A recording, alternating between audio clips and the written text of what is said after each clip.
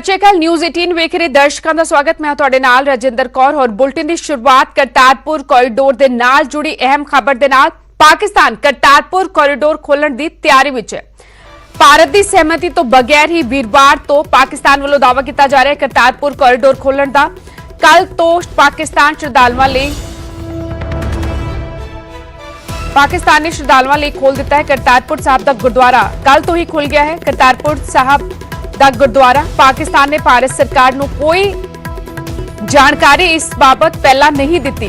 समझौता जड़ा होया सी करार होया सी जदों करतारपुर कॉरिडोर खुलिया सी उदों एक करार होया सी कि 7 दिन पहला कोई भी फैसला लिया जाता है तो जानकारी देनी होगी, पर कोई जानकारी केंद्र सरकार को नहीं दी गई। हालांकि भारत वालों कहा गया है कि सेहत अफसरां दे नाल चर्चा तो बाद ही अगला फैसला लिया जाएगा। पंकज कपाही मेरे सहयोगी इस वक्त जुड़ चुके हैं। पंकज, पाकिस्तान विच कोरोना का कहर जड़ा है और लगातार बढ़िया होया है, हजारां लोग दम तोड़ चुके हैं। पाकिस्तानी पंजाब विच खास तौर पर इसका वड्डा कहर वेखण नूं मिल रहा है। इस विचाले करतारपुर कॉरिडोर जड़ा है खोलण का ऐलान किया जा रहा है। पाकिस्तान वालों करतारपुर साहब का गुरुद्वारा भी खोला गया है, पर यह कहा जा रहा है करार के मुताबिक 7 दिन पहले जिहड़ी जानकारी देनी हुंदी है वो नहीं दी गई।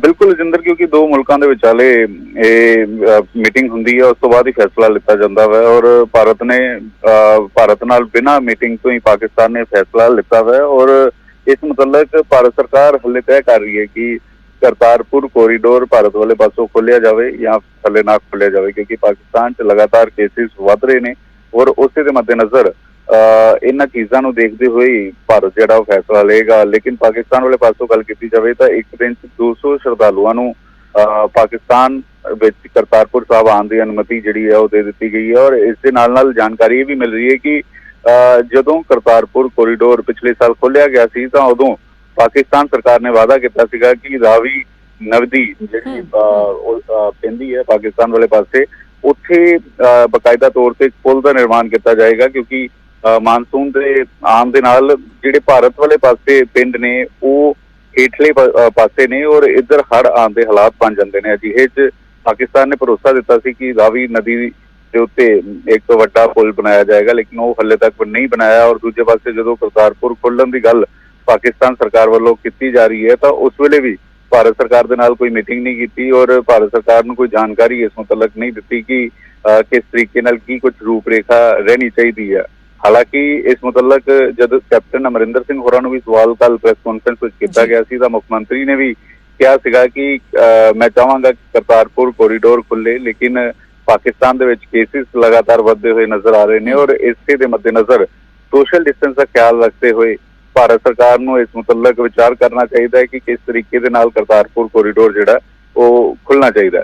जी ठीक, शुक्रिया पंकज फिलहाल इस तमाम गलबात लई। सो पाकिस्तान वालों जरूर ये कहा जा रहा है कि 2 जुलाई तो करतारपुर का लांघा खोलिया जाएगा उन्हें वाले पासों, पर फिलहाल केंद्र सरकार वालों इस तरह का कोई फैसला नहीं लिया गया है। तो अंदाजे कि कोरोना के बढ़ते कहर के मद्देनजर करतारपुर कॉरिडोर नूं बंद कर दिता गया सी अते हुण जदों खोलण का फैसला पाकिस्तान वाले पासों लिया गया, इसकी जानकारी केंद्र सरकार को नहीं दी गई। हालांकि जो करार होया पाकिस्तान और भारत विचाले 7 दिन पहला कोई भी अगर फैसला लिया जाता है उस बारे जानकारी देनी होंगी, पर पाकिस्तान वालों इसकी कोई जानकारी नहीं दी गई। अपने ही पद्धर से करतारपुर कॉरिडोर खोलण का दावा किया जा रहा है।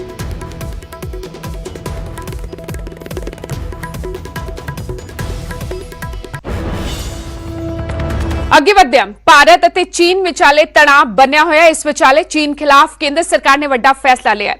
टिकटॉक समेत 59 चाइनीज ऐप ते केंद्र सरकार ने पाबंदी ला दी है।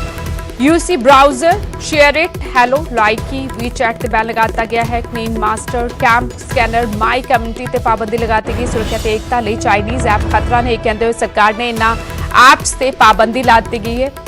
और जोड़े ऐप बैन होए ने उन्हां विचों TikTok, share it, Kwai, UC browser, Baidu map, Shein, Clash of Kings, tube battery saver, hello, Likee, you cam makeup, my community, CM browsers, virus cleaner, APUS browser, रूमवी, club factory, news dog, beauty plus, WeChat, UC news, QQ mail, Weibo, Xender, QQ Music, QQ Newsfeed, Baijo, Live, Selfie City, Mail Master, Parallel Space, My Video Call, Xiaomi, VSync, ES File Explorer, Viva Video, QU Video, Ink, Me Too, Vigo Video, New Video Status, DU Recorder, Vault Height, Cache Cleaner, DU App Studio, DU Cleaner, DU Browser, Hego Play with New Friends,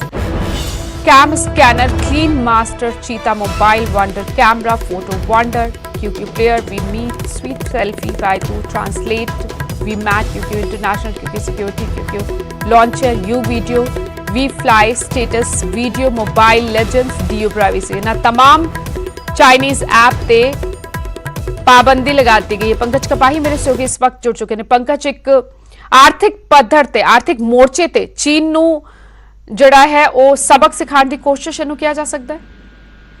Arjinder, ਸਿਰਫ ਆਰਥਿਕ ਪੱਖੋਂ ਹੀ ਨਹੀਂ ਬਲਕਿ ਇਹ तमाम application ਜਿਹੜੀਆਂ ਨੇ ਉਹ ਭਾਰਤ ਦੀ ਇਨਫੋਰਮੇਸ਼ਨ ਜਿਹੜੀ ਹੈ ਉਹ ਚਾਈਨੀਜ਼ ਗਵਰਨਮੈਂਟ ਚਾਈਨੀਜ਼ ਫੋਰਸ ਤੱਕ ਪਹੁੰਚਾ ਰਹੀਆਂ ਨੇ ਔਰ ਭਾਰਤ ਦੀ ਦੇ ਲਈ ਇੱਕ ਵੱਡਾ ਖਤਰਾ ਸੁਰੱਖਿਆ ਦੇ ਮੱਦੇਨਜ਼ਰ ਜਿਹੜਾ ਵਾ ਉਹ ਵੱਧਦਾ ਹੋਇਆ ਨਜ਼ਰ ਆ ਰਿਹਾ ਸੀਗਾ। ਇਸ ਕਰਕੇ ਭਾਰਤ ਸਰਕਾਰ ਨੂੰ ਇਹ ਫੈਸਲਾ ਜਿਹੜਾ ਉਹ ਲੈਣਾ ਪਿਆ ਵਾ ਔਰ ਇਸ ਦੇ ਵਿੱਚ ਅਹਿਮ ਜਾਣਕਾਰੀ ਦਰਸ਼ਕਾਂ ਨੂੰ ਇਹ ਵੀ ਦੇ ਦਈਏ ਕਿ ਜਦੋਂ ਚਾਈਨੀਜ਼ ਐਪ ਜਿਹੜੀ ਆਪਣੇ ਮੋਬਾਈਲ ਦੇ ਵਿੱਚ ਪਲੇ ਸਟੋਰ ਦੇ ਜ਼ਰੀਏ ਡਾਊਨਲੋਡ ਕੀਤੀ ਜਾਂਦੀ ਹੈ ਤਾਂ ਜ਼ਿਆਦਾ ਐਪਲੀਕੇਸ਼ਨ ਜਿਹੜੀ ਹੈ ਜ਼ਿਆਦਾ ਇਨਫੋਰਮੇਸ਼ਨ ਜਿਹੜੀ ਹੈ ਉਹ ਮੰਗੀ ਜਾਂਦੀ ਹੈ, ਚਾਹੇ ਕਿਸੇ ਵੀ ਤਰੀਕੇ ਨਾਲ ਕੰਟੈਕਟ ਦੀ ਪਰਮਿਸ਼ਨ ਹੋਵੇ ਜਾਂ ਤਸਵੀਰਾਂ ਦੀ ਪਰਮਿਸ਼ਨ ਹੋਵੇ ਜਾਂ ਫਿਰ ਮੋਬਾਈਲ ਦੇ ਵਿੱਚ ਬਾਕੀ ਡਾਟਾ ਵਾ ਉਸ ਦੀ ਪਰਮਿਸ਼ਨ ਹੋਵੇ। ਇਹਨਾਂ तमाम ਚੀਜ਼ਾਂ ਦੇ ਮੱਦੇਨਜ਼ਰ ਕਿਉਂਕਿ ਇਸ ਵੇਲੇ ਤਣਾਅ ਵਰਗੇ ਹਾਲਾਤ ਬਣੇ ਹੋਏ ਨੇ ਔਰ ਭਾਰਤ ਨਹੀਂ ਚਾਹੁੰਦਾ ਕਿ ਖਾਸ ਤੌਰ ਤੇ ਸਰਹੱਦ ਇਲਾਕੇ ਦੇ ਵਿੱਚ ਜਿਹੜੇ ਲੋਕ ਰਹਿੰਦੇ ਨੇ ਔਰ ਅਸੀਂ ਇਹ ਵੀ ਦੇਖਿਆ ਕਿ ਫੌਜ ਦੇ ਵੀ ਕਈ ਜਵਾਨ ਜਿਹੜੇ ਨੇ ਉਹ ਟਿਕਟੋਕ ਤੇ ਵੀਡੀਓ ਪਾਉਂਦੇ ਨੇ ਤਾਂ ਭਾਰਤ ਦੀ ਕੋਈ ਵੀ ਮੂਵਮੈਂਟ ਜਿਹੜੀ ਹੈ ਉਹ ਚਾਈਨੀਜ਼ ਗਵਰਨਮੈਂਟ ਜਾਂ ਚਾਈਨੀਜ਼ ਫੌਜ ਦੇ ਕੋਲ ਪਹੁੰਚੇ। ਇਸ ਕਰਕੇ ਭਾਰਤ ਸਰਕਾਰ ਨੇ ਟਿਕਟੋਕ ਸਮੇਤ ਇਹ 59 ਐਪਲੀਕੇਸ਼ਨ ਜਿਹੜੀਆਂ ਨੇ ਉਹਨਾਂ ਨੂੰ ਬੈਨ ਕਰਨ ਦਾ ਫੈਸਲਾ ਜਿਹੜਾ ਵਾ ਉਹ ਲਿੱਤਾ ਗਿਆ ਵਾ। ਜੀ ਠੀਕ, ਸ਼ੁਕਰੀਆ ਪੰਕਜ तमाम ਜਾਣਕਾਰੀ ਲਈ।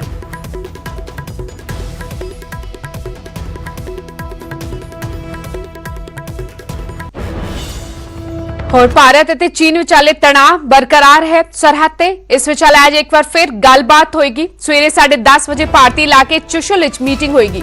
ਦੋਵਾਂ ਦੇਸ਼ਾਂ ਵਿਚਾਲੇ ਕਮਾਂਡਰ ਪੱਧਰ ਦੀ ਇਹ ਤੀਜੀ ਮੀਟਿੰਗ ਹੋਣ ਜਾ ਰਹੀ ਹੈ। ਪਿਛਲੀਆਂ ਦੋਵਾਂ ਮੀਟਿੰਗਾਂ ਜਿਹੜੀਆਂ ਨੇ ਚੀਨੀ ਇਲਾਕੇ ਮੋਲਡੋ ਵਿੱਚ ਹੋਈਆਂ ਸਨ। 6 ਜੂਨ ਤੇ 22 ਜੂਨ ਨੂੰ ਪਿਛਲੀਆਂ ਮੀਟਿੰਗਾਂ ਹੋਈਆਂ ਸਨ। ਗਲਵਾਨ ਵਿੱਚ ਝੜਪ ਤੋਂ ਬਾਅਦ ਦੋਵਾਂ ਦੇਸ਼ਾਂ ਵਿੱਚ ਤਣਾਅ ਬਰਕਰਾਰ ਹੈ ਪਰ ਇਸ ਤਣਾਅ ਨੂੰ ਘੱਟ ਕਰਨ ਦੀ ਕੋਸ਼ਿਸ਼ ਗੱਲਬਾਤ ਦੇ ਜ਼ਰੀਏ ਕੀਤੀ ਜਾ ਰਹੀ ਹੈ। लगातार ਮੀਟਿੰਗਾਂ ਦਾ ਦੌਰ ਚੱਲ ਰਿਹਾ ਹੈ। ਹੋ ਰਹੇ ਉਹ ਤਸਵੀਰਾਂ ਸਨ ਪਹਿਲੇ ਦੀਆਂ ਤਸਵੀਰਾਂ ਜਦੋਂ ਗਲਵਾਨ ਘਾਟੀ ਚੀਨੀ ਫੌਜੀਆਂ ਦੇ ਨਾਲ ਝੜਪ ਹੋਈ ਸੀ। ਭਾਰਤੀ ਫੌਜੀਆਂ ਦੀ 20 ਜਵਾਨ ਸ਼ਹੀਦ ਹੋ ਗਏ ਸਨ ਹਿੰਸਕ ਝੜਪ ਦੌਰਾਨ। ਉਸ ਤੋਂ ਬਾਅਦ ਲਗਾਤਾਰ ਗੱਲਬਾਤ ਦਾ ਦੌਰ ਜਾਰੀ ਹੈ ਤੇ ਗੱਲਬਾਤ ਦੇ ਜ਼ਰੀਏ ਤਣਾਅ ਨੂੰ ਘੱਟ ਕਰਨ ਦੀ ਕੋਸ਼ਿਸ਼ ਦੋਵਾਂ ਮੁਲਕਾਂ ਵੱਲੋਂ ਕੀਤੀ ਜਾ ਰਹੀ ਹੈ।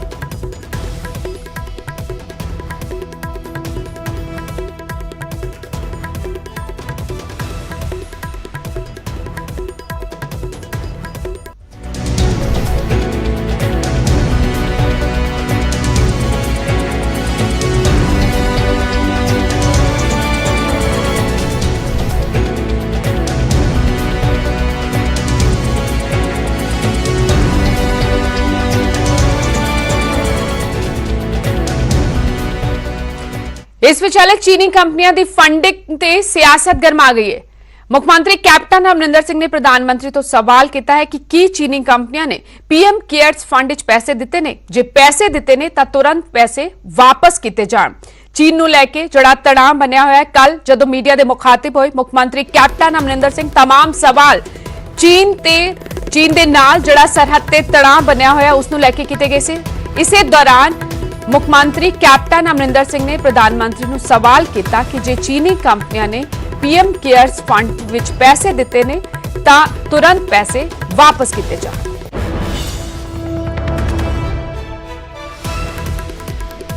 This is one of the things, 7 crore in from this company. TikTok facilitated a donation of 30 crores to the controversial PM Cares Fund. Has Paytm, which has 38% Chinese ownership, given 100 crores to this relief fund. Has, again I can't pronounce it, XIAOMI, the Chinese company, committed 15 crores to the controversial fund, same fund. Has the Chinese company OPPO donated 1 crore to the controversial fund? And has the Prime Minister diverted the donation received in PMNRIF to the controversial PM CARES fund? And how many crores is being sent to this? Now, these are questions which have been circulated, and I have received a copy. Now, it's not a question of how much money has come or not. Even taking 1 rupee from the Chinese at a time when, number one, they are responsible for COVID, and number two, they are responsible for aggression in my country. I think it is time that this money, whatever has been received from Chinese companies, should be returned. ਮੁੱਖ ਮੰਤਰੀ ਨੇ ਪ੍ਰਧਾਨ ਮੰਤਰੀ care fund ਵਿੱਚ ਚੀਨ ਦੀਆਂ ਕੰਪਨੀਆਂ ਵੱਲੋਂ ਕੀਤੀ ਮਦਦ ਨੂੰ ਲੈ ਕੇ ਸਵਾਲ ਖੜੇ ਕੀਤੇ ਤਾਂ ਅਕਾਲੀ ਦਲ ਅਤੇ ਆਮ ਆਦਮੀ ਪਾਰਟੀ ਨੇ ਰਾਜੀਵ ਗਾਂਧੀ ਫਾਊਂਡੇਸ਼ਨ ਚੀਨੀ ਫੰਡਿੰਗ ਨੂੰ ਲੈ ਕੇ ਮੁੱਖ ਮੰਤਰੀ ਤੋਂ ਸਵਾਲ ਪੁੱਛੇ ਨੇ। ਕਿਸੇ ਟਰਸਟ ਦੇ ਵਿੱਚ ਪੈਸਾ ਆਉਣਾ ਦੋਨਾਂ ਗੱਲਾਂ ਦੇ ਵਿੱਚ ਬਹੁਤ ਵੱਡਾ ਫਰਕ ਹੈ। ਔਰ ਦੂਜੀ ਗੱਲ ਹੈ ਕਿ ਮਲਟੀਨੈਸ਼ਨਲ ਕੰਪਨੀਆਂ ਸਾਰੇ ਦੇਸ਼ਾਂ ਦੇ ਵਿੱਚ ਕੰਮ ਕਰਦੀਆਂ। ਤੁਹਾਡੇ ਵੀ ਦੇਸ਼ ਦੀ ਕਿਸੇ ਨਾ ਕਿਸੇ ਕੰਪਨੀ ਦਾ ਉਹਦੇ ਵਿੱਚ ਹਿੱਸਾ ਹੁੰਦਾ, ਕੁਝ ਪਰਸੈਂਟੇਜ ਉਹਨਾਂ ਦਾ ਵੀ ਹੁੰਦਾ। ਦੇਸ਼ ਦੇ ਵਿੱਚ ਤੁਹਾਡੀ ਧਰਤੀ ਤੇ ਕੋਈ ਕੰਪਨੀ ਕੰਮ ਕਰ ਰਹੀ ਆ, ਉਹਦੇ ਵਿੱਚ ਤੇ ਕਿਸੇ ਐਮਬੈਸੀ ਤੋਂ ਪੈਸੇ ਲੈ ਕੇ ਆਪਣੇ ਟਰਸਟ ਦੇ ਵਿੱਚ ਪਾਉਣ 'ਚ ਬਹੁਤ ਵੱਡਾ ਫਰਕ ਹੁੰਦਾ। ਪੈਸਾ ਆਇਆ ਹੋਇਆ ਹੈ, ਮੈਨੂੰ ਲੱਗਦਾ ਕਿਉਂਕਿ ਕਾਫੀ ਉਮਰ ਦਰਾਜ਼ ਹੋ ਗਏ ਕੈਪਟਨ ਸਾਹਿਬ, ਉਹ ਇਹ ਭੁੱਲ ਜਾਂਦੇ ਨੇ ਕਿ ਜਿਹੜੀ ਉਹਨਾਂ ਨੇ ਨੋ ਡਾਊਟ ਗੱਲ ਕੀਤੀ ਕਿ 7 ਕਰੋੜ ਜੇ ਆਇਆ ਹੈ, ਤੇ ਕੈਪਟਨ ਸਾਹਿਬ ਨੂੰ ਯਾਦ ਰੱਖਣਾ ਚਾਹੀਦਾ ਕਿ ਆਰਜੀਐਫ ਯਾਨੀ ਕਿ ਰਾਜੀਵ ਗਾਂਧੀ ਫਾਊਂਡੇਸ਼ਨ ਦੇ ਵਿੱਚ ਵੀ ਚਾਈਨਾ ਦੇ ਵਿੱਚ ਪੈਸਾ ਆਇਆ ਹੋਇਆ ਹੈ।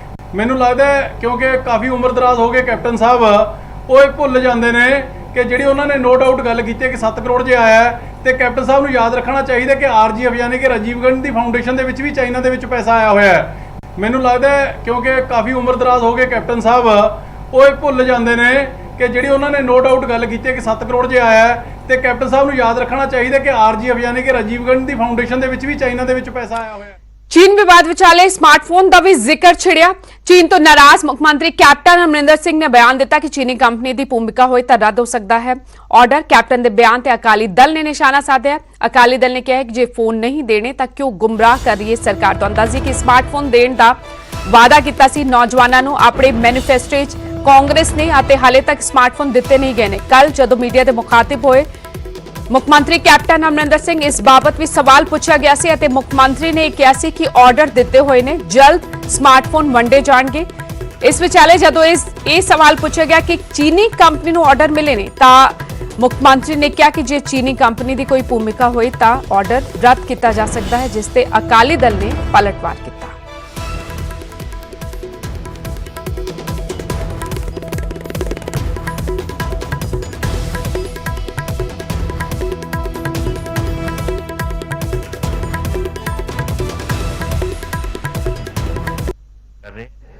There's a company called Lava.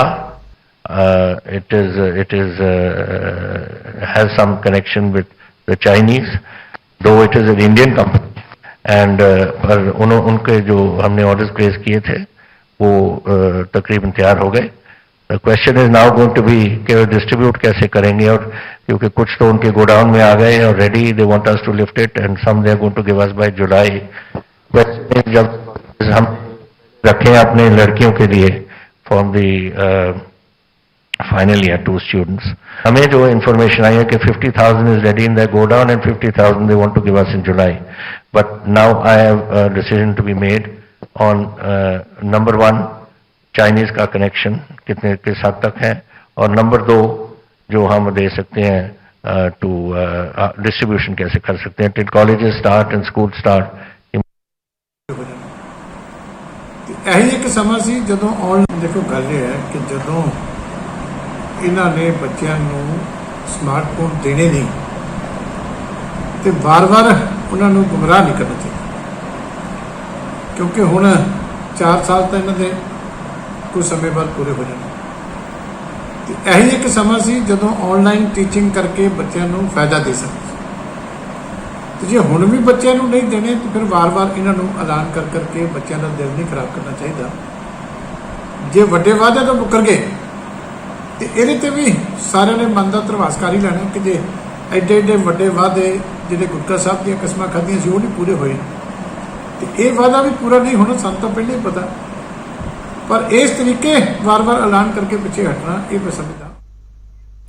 Corona ਸੰਕਟ ਅਤੇ ਚੀਨ ਨਾਲ ਬੜੇ ਤਣਾਅ ਵਿਚਾਲੇ ਅੱਜ ਦੇਸ਼ ਦੇ ਨਾਮ ਪ੍ਰਧਾਨ ਮੰਤਰੀ ਮੋਦੀ ਸੰਦੇਸ਼ ਦੇਣਗੇ। ਸ਼ਾਮ 4 ਵਜੇ ਦੇਸ਼ ਨੂੰ ਸੰਬੋਧਨ ਕਰਨਗੇ ਪ੍ਰਧਾਨ ਮੰਤਰੀ। ਕੋਰੋਨਾ ਕਾਲ ਵਿੱਚ ਪ੍ਰਧਾਨ ਮੰਤਰੀ ਦਾ ਇਹ 6ਵਾਂ ਸੰਦੇਸ਼ ਹੋਏਗਾ।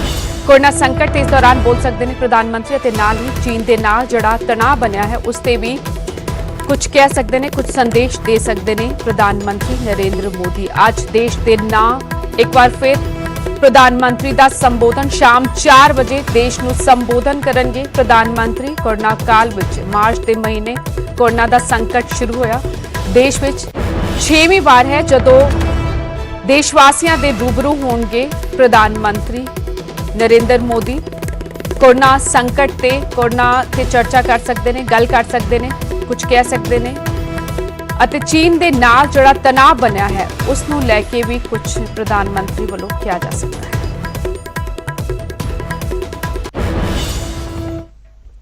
ਅੱਗੇ ਵਧਿਆ ਦੇਸ਼ ਵਿੱਚ ਕੱਲ ਤੋਂ ਅਨਲੌਕ ਪਾਰਟ 2 ਸ਼ੁਰੂ ਹੋ ਜਾਏਗਾ। 1 ਤੋਂ 31 ਜੁਲਾਈ ਤੱਕ ਅਨਲੌਕ ਪਾਰਟ 2 ਚਲੇਗਾ। ਅਨਲੌਕ ਪਾਰਟ 2 ਵਿੱਚ ਨਾਈਟ ਕਰਫਿਊ ਦਾ ਸਮਾਂ ਬਦਲ ਦਿੱਤਾ ਗਿਆ। ਰਾਤ 9 ਵਜੇ ਦੀ ਥਾਂ 10 ਵਜੇ ਤੋਂ ਸਵੇਰੇ 5 ਵਜੇ ਤੱਕ ਕਰਫਿਊ ਲੱਗੇਗਾ। ਹੁਣ ਰਾਤ 10 ਵਜੇ ਤੱਕ ਦੁਕਾਨਾਂ ਖੁੱਲੀਆਂ ਰਹਿ ਸਕਣਗੀਆਂ। ਦੁਕਾਨਾਂ 'ਚ 5 ਤੋਂ ਜ਼ਿਆਦਾ ਗਾਹਕਾਂ ਨੂੰ ਆਉਣ ਦੀ ਇਜਾਜ਼ਤ ਹੋਏਗੀ। ਸਰਕਾਰੀ ਟ੍ਰੇਨਿੰਗ ਸੰਸਥਾਨ 15 ਜੁਲਾਈ ਤੋਂ ਖੁੱਲਣਗੇ। ਸੰਸਥਾਨਾਂ ਲਈ ਵਕਤ ਤੋਂ ਗਾਈਡਲਾਈਨਸ ਜਾਰੀ ਕੀਤੀਆਂ ਜਾਣਗੀਆਂ। ਦੇਸ਼ ਵਿੱਚ ਹਾਲਾਂਕਿ ਸਕੂਲ ਕਾਲਜ ਹਾਲੇ ਨਹੀਂ ਖੁੱਲਣਗੇ। ਕੌਮਾਂਤਰੀ ਉਡਾਣਾਂ ਤੇ ਨਿਯਮਿਤ ਰੇਲ ਸੇਵਾ ਬੰਦ ਰਹੇਗੀ। ਘਰੇਲੂ ਉਡਾਣਾਂ ਤੇ ਸਪੈਸ਼ਲ ਟ੍ਰੇਨਾਂ 'ਚ ਇਜ਼ਾਫਾ ਹੋ ਸਕਦਾ ਹੈ। Cinema hall, swimming pool, gym ਵੀ ਨਹੀਂ ਖੁੱਲਣਗੇ। ਕਿਸੇ ਵੀ ਤਰ੍ਹਾਂ ਦੇ ਵੱਡੇ ਪ੍ਰੋਗਰਾਮਾਂ ਤੇ ਵੀ ਪਾਬੰਦੀ ਰਹੇਗੀ।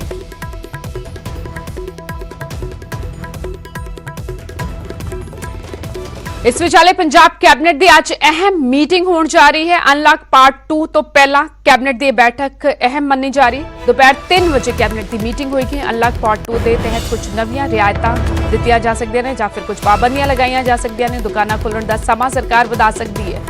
ਸੋ ਅੱਜ ਕੈਬਨਿਟ ਦੀ ਅਹਿਮ ਮੀਟਿੰਗ ਕੱਲ ਤੋਂ ਅਨਲੌਕ ਪਾਰਟ 2 ਸ਼ੁਰੂ ਹੋ ਰਿਹਾ ਹੈ। ਸੋ ਸੂਬੇ ਵਿੱਚ ਜਿਸ ਤਰ੍ਹਾਂ ਕੋਰੋਨਾ ਦੇ ਮਾਮਲੇ ਲਗਾਤਾਰ ਵਧ ਰਹੇ ਨੇ, ਮੁੱਖ ਮੰਤਰੀ ਕੈਪਟਨ ਅਮਰਿੰਦਰ ਸਿੰਘ ਨੇ ਵੀ ਕੱਲ ਜਦੋਂ ਮੀਡੀਆ ਦੇ ਮੁਖਾਤਿਬ ਹੋਏ ਸੀ ਇਹ ਕਿਹਾ ਸੀ ਕਿ ਟੈਸਟਿੰਗ ਵਧਾਉਣ ਦੀ ਜ਼ਰੂਰਤ ਹੈ। ਟੈਸਟਿੰਗ ਵਧਾਈ ਜਾਏਗੀ।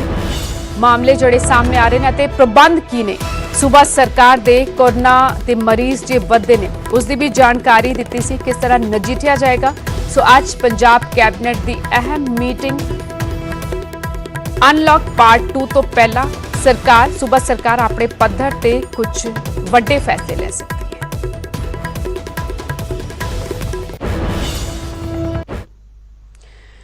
ਇਸ ਵਿਚਾਲੇ ਜਿਨ੍ਹਾਂ ਇਲਾਕਿਆਂ 'ਚ ਲਗਾਤਾਰ ਕੋਰੋਨਾ ਦੇ ਮਾਮਲੇ ਸਾਹਮਣੇ ਆ ਰਹੇ ਨੇ ਉਹ ਇਲਾਕੇ ਲਾਕਡਾਊਨ ਕੀਤੇ ਜਾ ਰਹੇ ਨੇ। ਮਲੇਰਕੋਟਲਾ 'ਚ ਅੱਜ ਅਤੇ ਕੱਲ ਲਾਕਡਾਊਨ ਰਹੇਗਾ। ਹਸਪਤਾਲ ਅਤੇ ਮੈਡੀਕਲ ਸਟੋਰ ਹਾਲਾਂਕਿ ਖੁੱਲੇ ਰਹਿਣਗੇ। ਡੇਅਰੀ ਅਤੇ ਜ਼ਰੂਰੀ ਸਮਾਨ ਦੀਆਂ ਦੁਕਾਨਾਂ ਨੂੰ ਰਿਆਇਤ ਦਿੱਤੀ ਗਈ।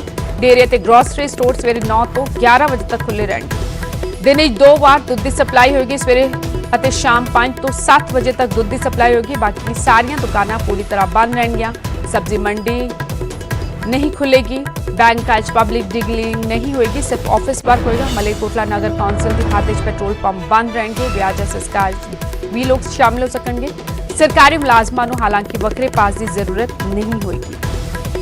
ਮਲੇਰਕੋਟਲਾ 'ਚ ਲਗਾਤਾਰ ਕੋਰੋਨਾ ਦੇ ਮਾਮਲੇ ਵਧ ਰਹੇ ਨੇ। 10 ਲੋਕਾਂ ਦੀ ਮੌਤ ਹੋ ਚੁੱਕੀ ਹੈ। ਸੰਗਰੂਰ ਵਿੱਚ 13 ਲੋਕ ਦਮ ਤੋੜ ਚੁੱਕੇ ਨੇ ਕੋਰੋਨਾ ਦੇ ਚਲਦੇ ਅਤੇ ਇਸੇ ਦੇ ਚਲਦੇ ਪ੍ਰਸ਼ਾਸਨ ਨੇ ਅੱਜ ਅਤੇ ਕੱਲ ਮਲੇਰਕੋਟਲਾ ਮੁਕੰਮਲ ਤੌਰ ਤੇ ਬੰਦ ਰੱਖਣ ਦਾ ਫੈਸਲਾ ਲਿਆ। ਕਾਫੀ ਜ਼ਿਆਦਾ ਕੇਸਿਸ ਮਲੇਰਕੋਟਲਾ ਟਾਊਨ ਦੇ ਵਿੱਚ ਆ ਰਹੇ। ਸਾਡੇ ਮੋਸਟਲੀ ਜਿਹੜੇ ਆਊਟ ਆਫ 10 ਡੈਥਸ ਇਕੱਲੇ ਮਲੇਰਕੋਟਲਾ ਟਾਊਨ 'ਚ ਹੋਈ ਹੈ ਤੇ ਇਸ ਕਰਕੇ ਸਾਨੂੰ ਫੈਸਲਾ ਲੈਣਾ ਪਿਆ ਤੇ ਇਨ ਐਡਵਾਂਸ ਅਸੀਂ ਲੋਕਾਂ ਨੂੰ ਦੱਸ ਦਿੱਤਾ ਹੈਗਾ ਕਿ ਉਹ ਆਪਦੇ 2 ਦਿਨਾਂ ਵਾਸਤੇ ਜੋ ਵੀ ਐਸੈਂਸ਼ੀਅਲਸ ਉਹਨਾਂ ਨੇ ਲੈਣੇ ਉਹ ਆਪਦੇ ਪ੍ਰਬੰਧ ਕਰ ਲੈਣ। ਮੰਗਲਵਾਰ ਤੇ ਬੁੱਧਵਾਰ ਨੂੰ ਐਕਸਪਰਟਸ ਦੀ ਅਸੀਂ ਸਲਾਹ ਲੈ ਕੇ ਇਹ ਚੇਨ ਨੂੰ ਬ੍ਰੇਕ ਕਰਨ ਵਾਸਤੇ 2 ਦਿਨ ਦਾ ਲੋਕਡਾਊਨ ਅਸੀਂ ਕਰਾਂਗੇ, ਜਿਹਦੇ ਵਿੱਚ ਐਸੈਂਸ਼ੀਅਲ ਸਰਵਿਸਿਜ਼ ਉਹ ਜਿਹੜੀ ਹੈਗੀ ਉਹ ਬਰਕਰਾਰ ਰਹਿਣ। ਸਰ ਇਹ ਦੁਕਾਨਾਂ ਜਿਹੜੀਆਂ ਹੈਗੀਆਂ ਇਹ ਕਿਸ ਤਰ੍ਹਾਂ ਖੁੱਲਣਗੀਆਂ, ਕਿਹੜੀਆਂ ਖੁੱਲਣਗੀਆਂ? ਐਸੈਂਸ਼ੀਅਲ ਸਰਵਿਸਿਜ਼ ਜਿਵੇਂ ਦਵਾਈ ਦੀ ਦੁਕਾਨਾਂ ਹੈ, ਖਾਣ ਪੀਣ ਵਾਲੀ ਚੀਜ਼ਾਂ ਹੈਗੀ, ਸਬਜ਼ੀਆਂ ਹੈਗੀ, ਫਲ ਹੈਗੇ, ਉਹ ਦੁਕਾਨਾਂ ਖੁੱਲ੍ਹੀ ਰਹਿਣਗੀ। ਬਾਕੀ ਸਾਰੇ ਅਦਾਰੇ ਜਿਹੜੇ ਹੈਗੇ। ਕੋਰੋਨਾ ਨਾਲ ਸੰਬੰਧਿਤ ਪੰਜਾਬ ਦਾ ਅਪਡੇਟ ਦੇ ਦਈਏ। ਪੰਜਾਬ ਵਿੱਚ 5400 ਦੇ ਪਾਰ ਪਹੁੰਚ ਚੁੱਕੇ ਨੇ ਕੋਰੋਨਾ ਦੇ ਮਾਮਲੇ। ਲਗਾਤਾਰ ਦੂਜੇ ਦਿਨ ਕਰੀਬ 200 ਨਵੇਂ ਕੇਸ ਸਾਹਮਣੇ ਆਏ ਨੇ। ਸੰਗਰੂਰ ਵਿੱਚ ਵੱਡਾ ਧਮਾਕਾ ਹੋਇਆ। 60 ਨਵੇਂ ਮਰੀਜ਼ ਮਿਲੇ ਨੇ ਕੋਰੋਨਾ ਦੇ। ਅੰਮ੍ਰਿਤਸਰ ਵਿੱਚ 22 ਨਵੇਂ ਕੇਸ ਸਾਹਮਣੇ ਆਏ ਨੇ। ਆંકੜਾ ਪਹੁੰਚ ਗਿਆ ਅੰਮ੍ਰਿਤਸਰ ਵਿੱਚ 900 ਤੋਂ ਪਾਰ। ਲੁਧਿਆਣਾ 14 ਨਵੇਂ ਕੇਸ ਸਾਹਮਣੇ ਆਏ ਨੇ ਅਤੇ 800 ਤੋਂ ਜ਼ਿਆਦਾ ਮਾਮਲੇ ਲੁਧਿਆਣਾ ਤੋਂ ਇਕੱਲੇ ਸਾਹਮਣੇ ਆ ਚੁੱਕੇ ਨੇ। ਦੂਜਾ ਸਭ ਤੋਂ ਵੱਡਾ ਹੌਟਸਪੌਟ ਹੈ ਲੁਧਿਆਣਾ। ਪਟਿਆਲਾ 'ਚ 15 ਤੇ ਜਲੰਧਰ 'ਚ 9 ਨਵੇਂ ਕੇਸ ਸਾਹਮਣੇ ਆਏ ਨੇ। 24 ਘੰਟਿਆਂ 'ਚ ਕਰੋਨਾ ਨਾਲ 3 ਹੋਰ ਲੋਕਾਂ ਨੇ ਦਮ ਤੋੜ ਦਿੱਤਾ। ਪੰਜਾਬ ਵਿੱਚ ਅੰਮ੍ਰਿਤਸਰ 'ਚ 2 ਅਤੇ ਸੰਗਰੂਰ 'ਚ 1 ਸ਼ਖਸ ਨੇ ਦਮ ਤੋੜਿਆ। ਪੰਜਾਬ ਵਿੱਚ ਹੁਣ ਤੱਕ ਕਰੋਨਾ ਨਾਲ 140 ਲੋਕਾਂ ਦੀ ਮੌਤ ਹੋ ਚੁੱਕੀ ਹੈ। ਹਾਲਾਂਕਿ ਰਾਹਤ ਦੀ ਗੱਲ ਹੈ ਕਿ 3700 ਤੋਂ ਜ਼ਿਆਦਾ ਲੋਕ ਠੀਕ ਵੀ ਹੋਏ ਨੇ। 1500 ਐਕਟਿਵ ਕੇਸ ਹਾਲੇ ਵੀ ਪੰਜਾਬ ਵਿੱਚ ਕਰੋਨਾ ਦੇ।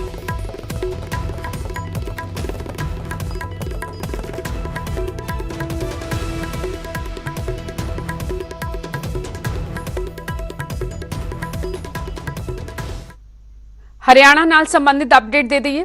ਹਰਿਆਣਾ 'ਚ ਕੋਰੋਨਾ ਨਾਲ 9 ਹੋਰ ਲੋਕਾਂ ਦੀ ਮੌਤ ਹੋਈ। ਇਕੱਲੇ ਗੁਰੂਗ੍ਰਾਮ ਵਿੱਚ ਕੋਰੋਨਾ ਨਾਲ 6 ਲੋਕਾਂ ਨੇ ਦਮ ਤੋੜ ਦਿੱਤਾ। ਫਰੀਦਾਬਾਦ ਵਿੱਚ 2, ਮਹਿੰਦਰਗੜ੍ਹ ਵਿੱਚ 1 ਸ਼ਖਸ ਨੇ ਦਮ ਤੋੜਿਆ। ਹਰਿਆਣਾ 'ਚ ਹੁਣ ਤੱਕ ਕੋਰੋਨਾ ਕਾਰਨ 232 ਲੋਕਾਂ ਦੀ ਮੌਤ ਹੋ ਚੁੱਕੀ ਹੈ। ਹਰਿਆਣਾ 'ਚ 24 ਘੰਟੇ 490 ਕੇਸ ਸਾਹਮਣੇ ਆਏ ਨੇ। 14000 ਦੇ ਪਾਰ ਆંકੜਾ ਪਹੁੰਚ ਚੁੱਕਿਆ ਹੈ ਹਰਿਆਣਾ 'ਚ ਕੋਰੋਨਾ ਦੇ ਮਰੀਜ਼ਾਂ ਦਾ। ਗੁਰੂਗ੍ਰਾਮ ਸਭ ਤੋਂ ਵੱਡਾ ਹੌਟਸਪੌਟ 102 ਨਵੇਂ ਮਾਮਲੇ ਸਾਹਮਣੇ ਆਏ ਅਤੇ ਇਕੱਲੇ ਗੁਰੂਗ੍ਰਾਮ ਵਿੱਚ ਕੁੱਲ ਮਾਮਲੇ ਹੋ ਚੁੱਕੇ ਨੇ ਕੋਰੋਨਾ ਦੇ 5260। ਦੂਜਾ ਸਭ ਤੋਂ ਵੱਡਾ ਹੌਟਸਪੌਟ ਹੈ ਫਰੀਦਾਬਾਦ। 134 ਨਵੇਂ ਕੇਸ ਸਾਹਮਣੇ ਆਏ। ਕੁੱਲ ਆंकड़ा ਪਹੁੰਚ ਗਿਆ 3590। रेवाड़ी च 31 मामले सामने आए। पानीपत करनाल च 18 केस सामने आए। हरियाणा च 9500 तो ज्यादा मरीज ठीक भी हुए।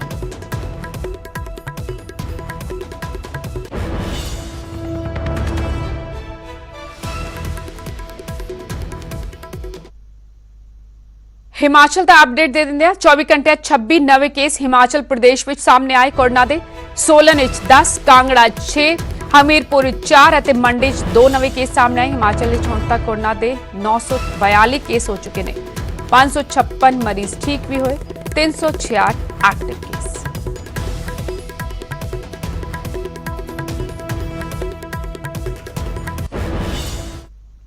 ਅੱਗੇ ਵਧਿਆਂ ਰਾਹਤ ਦੀ ਗੱਲ ਹੈ। ਅੱਜ ਪੈਟਰੋਲ ਡੀਜ਼ਲ ਦੇ ਰੇਟਾਂ 'ਚ ਕੋਈ ਇਜ਼ਾਫਾ ਨਹੀਂ ਹੋਇਆ ਹੈ।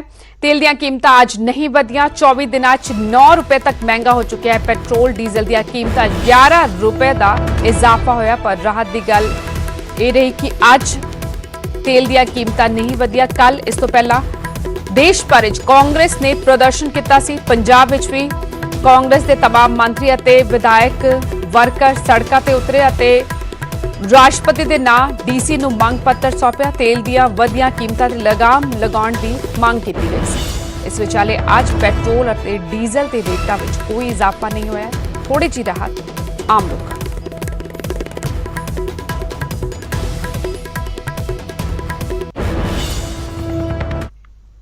और इस वक्त बड़ी खबर गुरदासपुर तो आ रही है। अमृतसर तो बाद गुरदासपुर विच भी पुलिस की वर्दी विच लुटेरे पहुंचे। दीनानगर विच करियाने की दुकान ते लुट की वारदात नूं अंजाम दिता। पुलिस की वर्दी विच पहुंचे साने लुटेरे।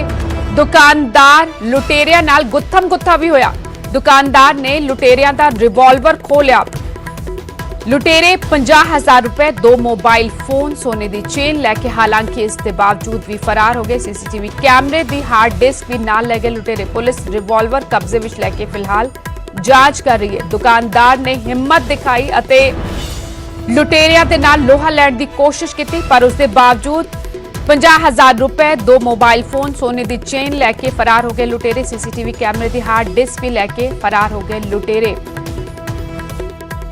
सूबे विच बेखौफ बदमाश दिन दहाड़े पुलिस की वर्दी च पहुंचे लुटेरे अते दुकानदार दे नाल गुत्थम गुत्था होए। दुकानदार ने लुटेरिया दा रिवॉल्वर खोलिया। लुटेरे 50,000 रुपए लुट के फरार हो गए। इस बुलेटिन फिलहाल नहीं, मैंने दो इजाजत। धन्यवाद।